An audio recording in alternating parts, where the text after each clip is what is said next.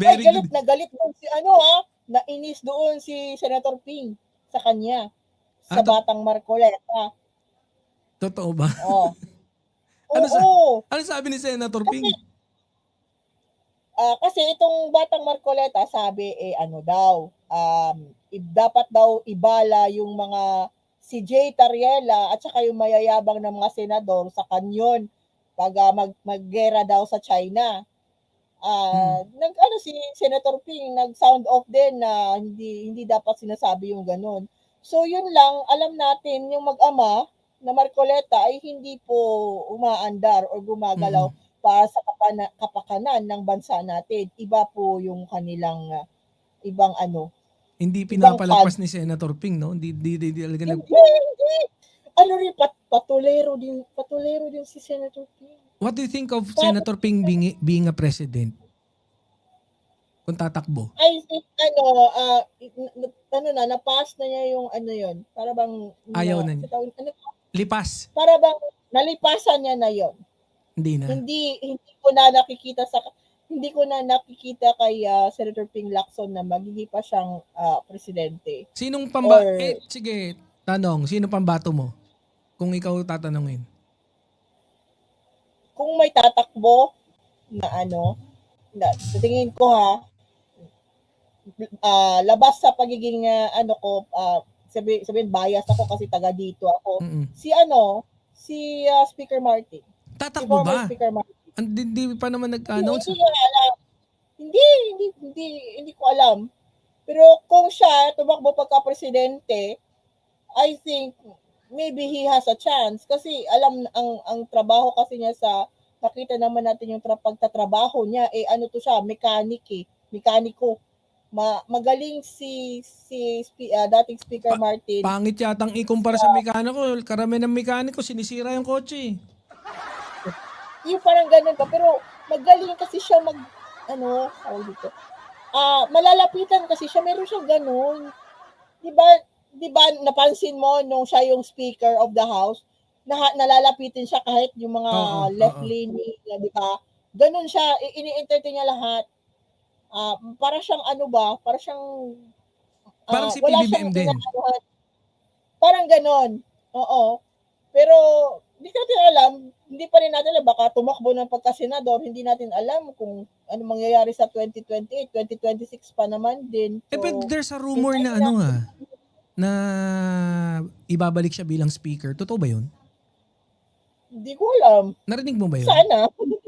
Narinig ko, pero kasi sana. Pero mukhang mahina si Boji D, no?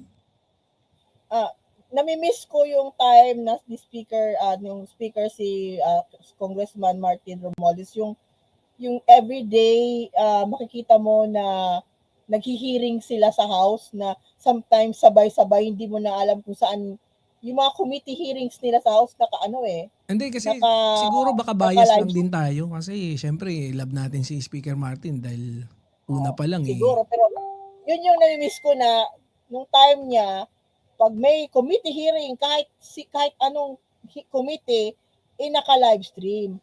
At saka sila nagpe-press con. Oo.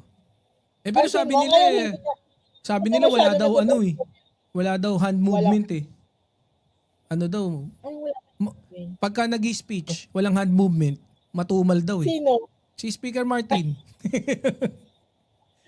Alam mo naman mga DDS, lahat nakikita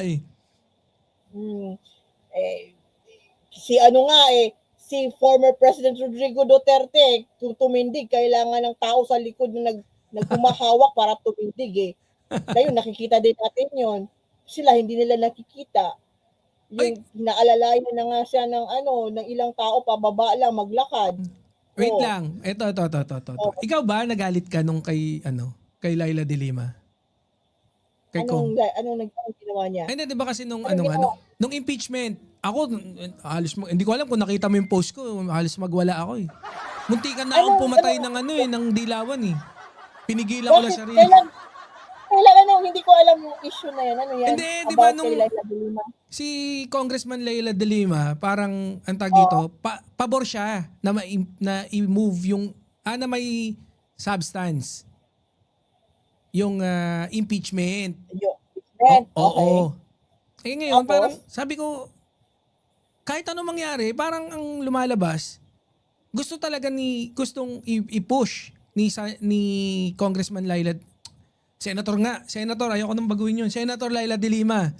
Parang gusto niya talagang i-push na yun yung pakiramdam ko. Kasi ako naman, sabi ko nga kay Senator Trillanes, meron pinaggagalingan yung buwisit ko. Kasi I was really rooting for Senator Laila de Lima kasi magaganda naman ginagawa niya, di ba, lately. Tapos medyo pabor din sa administrasyon. Tapos okay din naman siya. Then later on, dun sa impeachment, although nilatag na yung yung mga complaints, tapos narinig niya na rin yung mga sinabi ng iba, pero siya, kung meron sana, kung naging kalahati, hindi ako magdadamdam eh. Kasi ang isipin ko, kung kunyari, half bumoto, or at least, dikit sa half, kung medyo lamang ng dalawa yung kabila, tapos sila, senator, marami-rami sila. Kaso hindi, majority talaga na bumoto na hindi insufficient in substance.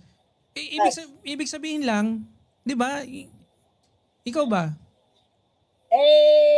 siguro alam naman na ni Congresswoman De Lima na kahit bumoto siya, taob pa rin sila ng mayorya. So, doon siya bumoto sa Hindi, sa bumoto konte. pa rin siya. Bumoto Pero siguro ano na lang, konsuelo na lang niya doon sa mga kasamahan niya na alam naman natin na isa lang yan sila talaga na grupo. Oo Yung nga. makakayan, di ba? Isa lang Oo. sila na grupo. So, yung kanyang boto is sympathy vote na lang siguro yun sa kanilang grupo. Pero, yun, the thing is, binasura pa rin na walang substance. Walang substance. Oo nga. Pati yung second, walang substance. Hindi ko alam yung botohan sa plenary nung Makabayan Block na impeachment kung ano na nangyari doon. Hindi ko nabisi ako. Nabisi Alin? ako sa Impeachment ginagawa ko. na Makabayan Black na impeachment saan? Kay Sara? Hindi kay PBBM yung kung nakapasa ba sa plenary, Wala, binotohan na. okay na, binasura na. Okay na? Oo, Okay, okay na, good. okay na. Ang Oo. Kasi yung first na impeachment, 'di ba, 200 ilan yun? Yung kay Atty.